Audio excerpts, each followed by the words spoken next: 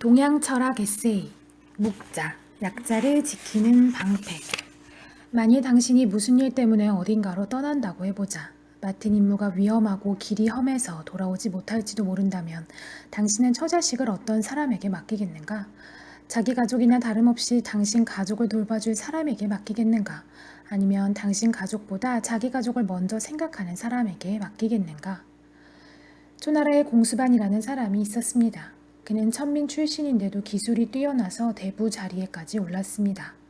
공수반은 아무리 높은 성에도 쉽게 올라갈 수 있는 구름까지 닿을 만큼 높은 사다리를 제작해놓고 송나라를 공격하려 했습니다. 제 나라에 있다가 이 소식을 들은 묵자는 발에 물집이 잡히도록 꼬박 열흘을 걸어 초나라로 왔습니다. 선생은 무슨 일로 이 먼 곳까지 오셨습니까?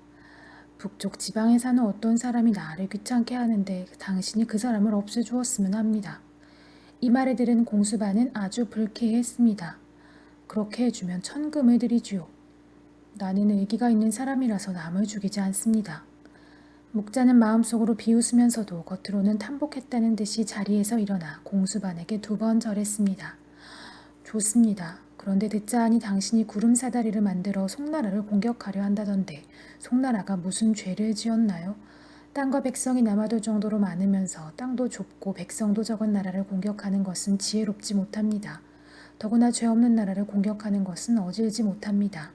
지혜롭지도 어질지도 못한 일임을 알면서도 임금에게 그만두라고 말하지 않는다면 충성스럽지 못한 것이고, 잘못임을 지적하면서도 임금을 끝내 설득하지 못한다면 강직하다고 할 수 없습니다. 당신은 한 사람도 죽일 수 없다고 하면서 왜 많은 송나라 사람을 죽이려 합니까? 묵자의 말을 들은 공수반은 잘못을 뉘우쳤습니다. 하지만 이미 구름사다리 공격 계획을 왕에게 보고한 뒤라 이제 와서 취소할 수는 없다고 난감해했습니다. 묵자는 공수반과 함께 초나라 왕을 만났습니다. 묵자가 왕에게 말했습니다. 좋은 것을 많이 가지고 있으면서도 남이 가진 보잘것없는 것을 훔치는 사람이 있다면 그는 어떤 사람일까요? 도벽이 있는 사람이겠지요. 제가 보기엔 넉넉하고 풍요로운 초나라가 가난하고 약한 송나라를 공격하는 것은 도벽과 다를 게 없습니다. 더구나 임금께서는 포악하다는 비난만 듣게 될 뿐 전쟁에서 승리할 수 없을 것입니다. 하지만 공수반은 내게 구름 사다리를 만들어주면서 반드시 송나라를 이길 수 있다고 장담했소. 묵자는 허리띠를 끌러 땅에다가 원형을 둘러놓고 그 안에 들어가 선 다음 품속에서 첩이라는 이상한 도구를 꺼냈습니다. 그리고는 공수반더러 모형구름 사다리를 이용해 공격해보라고 했습니다. 공수반이 9가지 방법을 써서 공격했지만 묵자는 다 막아냈습니다. 공수반의 공격 기술이 바닥이 났는데도 묵자에게는 아직 쓰지 않은 방어 기술이 여럿 남아 있었습니다. 공수반이 묵자에게 퉁명스럽게 말했습니다. 내가 선생을 물리칠 수 있는 방법을 알기는 하지만 말하지 않겠소. 나도 당신이 얘기하는 그 방법이 무엇인지 알지만 얘기하지 않겠소. 두 사람의 이야기를 듣고 있던 왕이 궁금해서 물었습니다. 그 방법이라는 게 도대체 뭡니까? 공수반의 생각은 저를 죽이면 된다는 것입니다. 지금 이 자리에서 저만 죽여 없애면 송나라를 이길 수 있다는 것이지요. 하지만 지금 송나라에선 제가 훈련시킨 제자 300명이 이 도구로 무장한 채 기다리고 있습니다. 그러니 저를 죽여봐야 소용이 없습니다. 결국 초나라 왕은 공격을 포기하고 말았습니다. 이 요란은 묵자의 사상을 잘 나타내줍니다. 또 묵자가 매우 실천적인 인물이었음을 말해줍니다. 묵자가 살던 때는 강대국들이 약한 나라를 집어삼키는 겸병 전쟁이 극심하던 시기였습니다. 대다수 약소국들은 엄청난 고통을 받았습니다. 그러나 사실 큰 나라들도 사정은 마찬가지였습니다. 전쟁 비용을 조달하기 위해 민중들의 고열을 짜 막대한 세금을 걷어들여야 했으며 성을 쌓거나 직접 전장에 나가 싸우는 일 또한 민중의 몫이었습니다. 묵자는 대다수 피지배 민중과 약소국의 편에 섰습니다. 그는 강대국과 지배 집단을 향해 서로 사랑하고 함께 나누라고 외쳤습니다. 묵자가 주장한 것은 정치적 평등과 경제적 평등이었습니다. 묵자는 이런 이상을 실현하기 위해 결사까지 만들었습니다. 당시로 볼 때 묵자의 주장은 가히 혁명적이었으며 그는 민중의 편에 가장 가깝게 선 사상가였다고 하겠습니다. 피지배층의 대변자. 묵자는 성이 묵이고 이름은 적입니다. 공자, 맹자, 순자, 노자, 장자는 잘 알려져 있지만 묵자는 약간 생소한 느낌이 듭니다. 목자는 태어난 나라도 불분명하고 태어나고 죽은 해도 확실하지 않습니다. 대체로 공자보다 조금 뒤, 맹자보다 조금 앞이라고 짐작할 뿐입니다. 사마천의 사기에도 목자는 아주 간단하게 소개되어 있습니다.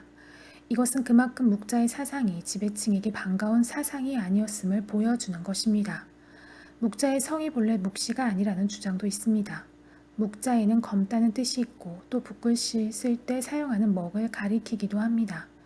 어떤 학자는 그가 묵형이라는 형벌을 받았기 때문에 묵시라 불렸다고 주장합니다. 묵형이란 죄인의 얼굴에 죄명을 먹으로 떠넣는 형벌을 말합니다. 우리나라 조선 시대에도 도둑질을 하면 얼굴에 도자를 문신처럼 새겨넣기도 했습니다. 그런데 당시 주나라에서는 지배층은 형벌로 다스리지 않았고 피지배층에만 형벌을 가했습니다. 그렇다면 묵자는 형벌로 다스려지는 하층민이었다는 얘기가 됩니다. 또 어떤 학자는 묵자의 피부가 검었기 때문에 묵시라 불렸다고 합니다. 오늘날 노동자를 블루 칼라라고 부르듯이 피부가 검다는 것은 그가 노동을 하는 계층이었음을 말해줍니다. 아무튼 묵자는 피지배 계층이었던 것 같습니다. 묵자의 주장 속에 먹줄 같은 노동 도구들이 비유로 많이 등장하는 것도 이런 생각을 하게 해줍니다. 또한 그의 사상을 따른 그룹이 대부분 하층 무사 집단이나 기술자 집단이었던 점도 묵자의 출신 계층을 짐작하게 합니다. 공자가 전설적 제왕인 요임금과 순임금을 높인 것과 달리 묵자는 황하를 다스리는 데 공이 컸다는 우임금을 높였습니다. 이 점도 묵자가 기술과 효용을 중시했음을 보여줍니다. 묵자도 처음에는 공자의 학문을 공부했습니다. 그러나 곧 공자를 배격하고 새로운 주장을 세웠습니다. 공자의 사상이 지배계층을 중심으로 한 것과는 달리 묵자의 사상은 일관되게 피지배계층을 옹호하는 특징을 가지고 있습니다. 묵자 사상은 피지배계층의 엄청난 호응을 받아 공자 이후 가장 큰 세력을 형성했습니다. 맹자가 세상의 양주와 묵적의 주장이 가득 찼다고 한탄한 것을 보면 당시 묵자의 영향력이 대단했음을 짐작할 수 있습니다. 또 한비자, 순자, 장자와 같은 책에서도 유묵이라고 하여 유과와 묵가를 나란히 놓고 있습니다. 묵자는 뛰어난 기술자였고 많은 도구들을 개발했습니다. 한 번은 그가 3년 동안 공들여 만든 정교한 연을 하늘에 띄워놓고 하루 걸려 만든 수레보다 쓸모가 없구나 하고 개탄했습니다. 묵자는 그런 점에서 철저한 공리주의자였습니다. 묵자가 만든 도구 가운데는 전쟁 무기가 많았습니다. 그러나 그것들은 공격 무기가 아닌 방어용 무기였습니다. 묵자가 만든 방어용 무기들은 약소국 제후들로부터 환영을 받았고 그래서 그는 송나라의 대부 벼슬에 오를 수 있었습니다. 묵자의 사상을 볼 수 있는 책이 묵자입니다. 묵자는 본래 71편이었다고 하는데 18편이 없어져서 오늘날에는 53편만 남아 있습니다. 묵자 자신이 쓴 글도 있지만 대부분은 제자들이나 후대 사람들이 썼다고 합니다. 대화체로 된 글도 있고 논문 형태의 글도 있습니다. 주목되는 것은 방어 위주의 병법이 11편에 걸쳐 서술되어 있는 것과 6편이 논리학적 내용을 담고 있는 점입니다. 특히 논리학적 내용이 담긴 6편을 묶어 묵변이라고 부릅니다. 이 밖에도 묵자에는 수준 높은 고대 과학 기술의 성과가 들어 있습니다. 도구 제작에 관련된 기하학, 빛의 굴절 등에 대한 과학적 분석 등도 보입니다. 묵자는 춘추전국 시대의 다른 사상가들과 마찬가지로 자기 사상을 펼쳐보려고 여러 나라를 돌아다녔습니다. 그러나 힘있는 제후들은 대부분 그를 반기지 않았습니다. 그 까닭은 그가 비천한 계층 출신이었기 때문이기도 하지만 근본적으로는 그의 사상이 지배층의 이익을 위한 부국 강병책이 아니었기 때문입니다. 민중을 옹호한 묵자의 사상은 진나라에 의한 통일의 기운이 무르익어가면서 약해지기 시작했고 통일 이후 중앙 집권적 전제주의가 강화되자 역사의 무대에서 사라져갔습니다. 묵자 사상이 다시 주목받기 시작한 것은 청나라 고증 학자들에 의해서이며 오늘날 중국에서는 사회주의와의 유사성에 초점을 맞추어 활발히 연구하고 있습니다. 강철 같은 조직. 묵자의 사상에 따르는 사람들은 집단을 이루고 살았습니다. 집단의 우두머리는 거자라고 불렸는데 거자는 구성원을 죽이거나 살릴 수 있는 강력한 권한을 가지고 있었습니다. 회남자라는 책에서 이렇게 적혀 있습니다. 묵자를 따르는 무리가 180명인데 그들은 우두머리의 명령이 떨어지면 불 속에 들어가는 일이건 칼날을 밟고 서는 일이건 절대 주저하지 않을 사람들이다. 또 사기에서도 묵가 집단의 무사들은 말이 믿음직하고 용감하며 약속을 성실하게 지키고 몸을 아끼지 않고 위험에 뛰어들었다고 했습니다. 묵가 집단의 초대 지도자가 바로 묵자였습니다. 묵가 집단은 거자를 뽑을 때 선임 거자가 지명하기도 하고 때로는 집단 구성원들이 직접 선출하기도 했습니다. 집단 구성원들은 대부분 하층민이었으며 하급무사나 기술자들이 많았습니다. 그들은 집단적 결속을 통해 자신들이 처한 예속적 지위를 벗어나려 했습니다. 그들의 생활은 엄격하게 통제되었습니다. 그들은 비좁은 방에서 살았고 기둥에 조각을 하거나 벽을 화려하게 꾸며서는 안 되었습니다. 음식은 흙으로 빚은 그릇에 담긴 옥수수나 조밥 그리고 국 하나뿐이었습니다. 옷도 여름에는 배옷, 겨울에는 사슴 가죽만을 입어야 했습니다. 노래나 오락은 철저히 금지되었고 장례도 얇은 관 하나만 가지고 검소하게 치러야 했습니다. 그들은 이런 금욕적인 규율을 철저히 지켜야 했고 오로지 남을 위해 일해야 했습니다. 규율을 어겼을 때는 조직으로부터 엄한 벌을 받아왔습니다. 구성원 중 누가 어떤 나라에 가 벼슬을 하면 복록의 일부를 집단에 바쳐야 했습니다. 어떤 사람은 벼슬 자리에 있다가 묵가 집단의 금기 사항인 공격 전쟁에 참가했다 하여 거자로부터 소환당하기도 했습니다. 묵가 집단의 엄격한 조직력을 잘 보여주는 일화를 두 가지 소개하겠습니다. 진나라의 복돈이 거자를 맡고 있을 때 그의 아들이 살인죄를 저질렀다. 복돈은 나이도 많은 데다가 대를 이을 사람이라곤 그 아들 하나뿐이었다. 진나라 해왕이 복돈에게 말했다.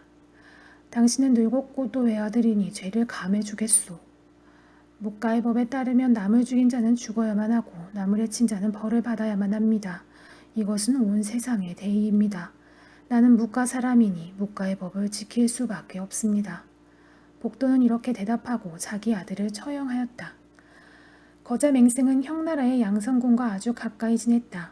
양성군은 맹승에게 성을 지켜달라고 부탁하고 왕의 장례에 참석하러 갔다가 정치적 사건을 휘말려 돌아오지 못하고 다른 나라로 망명해버렸다. 그러자 형나라에서는 양성군의 땅을 몰수하기 위해 군대를 파견하였다. 맹승은 양성군과의 약속을 지켜야 한다면서 묵가 집단에서 성을 사수할 것을 명령했다. 한 제자가 반론을 제기했다.